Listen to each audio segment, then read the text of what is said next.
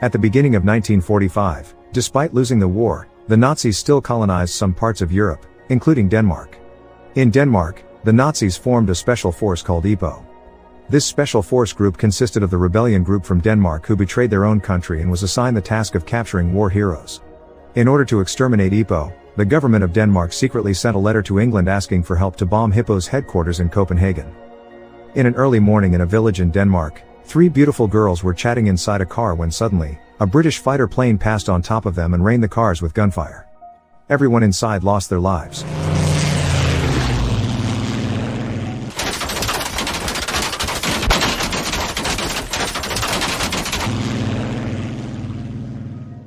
After the plane left, a boy named Henry who happened to be passing by, driven by curiosity, approached the destroyed car and checked the passengers. The victims' dead bodies were horribly injured. The scene shocked him so much and traumatized him so badly. He then ran away as fast as he can from the scene. The next day, Henry's mother took him to the hospital. Since the incident, Henry was severely traumatized. The child's psychology was badly shaken, so bad he became mute. The doctor tried to provide therapy for him, starting from saying things that could calm him down to scolding him all out. But instead of getting better, Henry instead cried. On the other side, in the city of Copenhagen, a girl named Eva was waiting for her mother in front of the bookstore. Not so long after, she saw a man shot dead right in the head across the street in front of her eyes. She was shocked she couldn't do anything and stunned in place. Luckily, her mother came and immediately took her away from there. A few days passed. Henry, along with his mother, went to the city of Copenhagen to meet his aunt. After explaining the incident that made her son mute, Henry's mother asked for help so that he would be allowed to live and study there. His mother hoped that if Henry lived far away from the place that built up his trauma, maybe he could forget and recover from his trauma. Not long after, his cousin, Rigmor, approached him because she overheard the conversation between her mother and Henry's mother. She tried to calm him down and said that she would help to recover Henry from his trauma. 2 days later, Rigmor, Eva, and Henry went to school together. It turned out that Eva was Rigmor's classmate.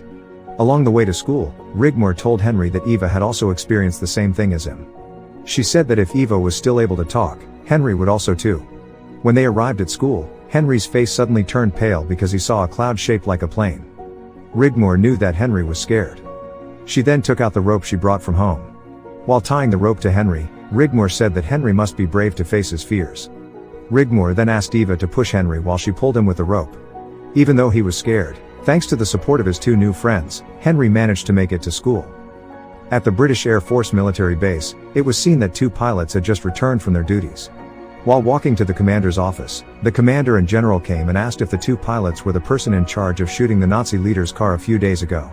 If it was right, it meant that they had failed their mission because the car they shot at that time was not a Nazi leader's car but a taxi with 3 Danish girls inside.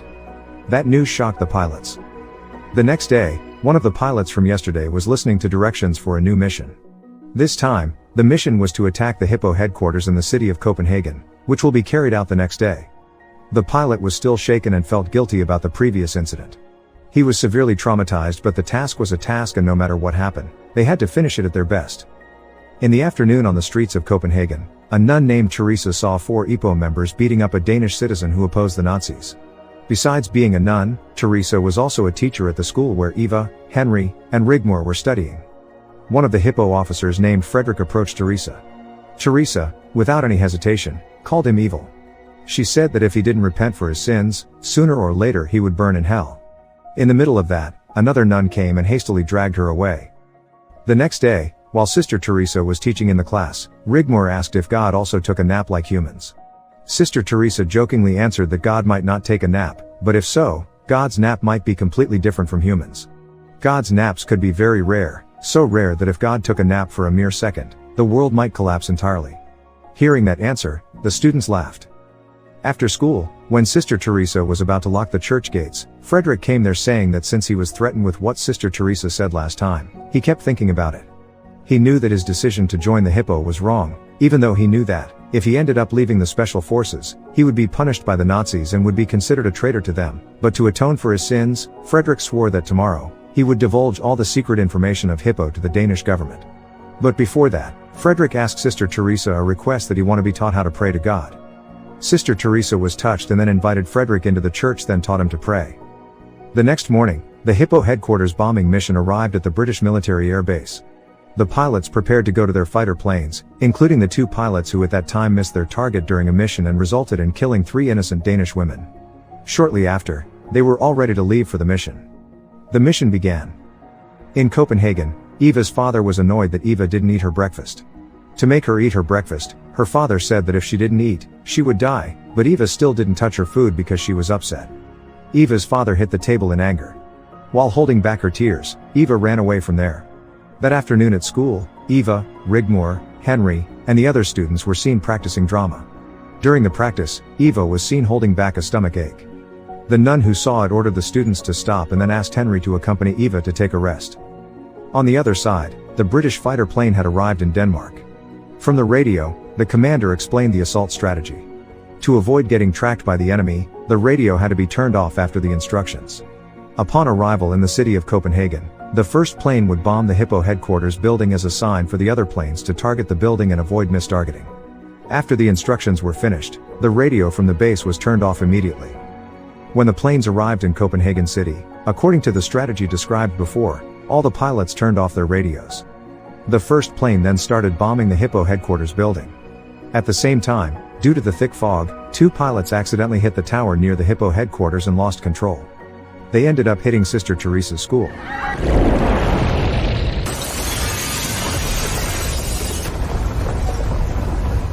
The 2 pilots died.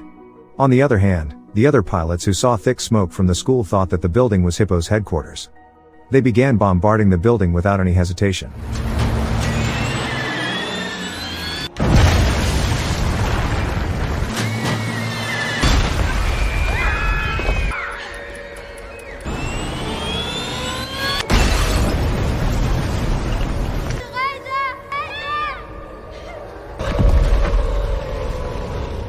Inside the school, all people trapped couldn't get out to evacuate.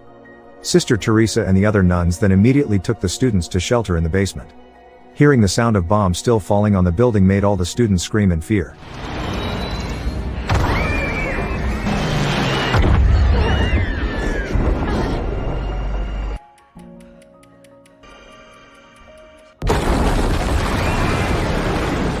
At the same time, after throwing away their Hippo uniform, Frederick planned to meet Sister Teresa, but on the way, from a distance, he was shocked to see British fighter planes that attacked the school where Sister Teresa teaches.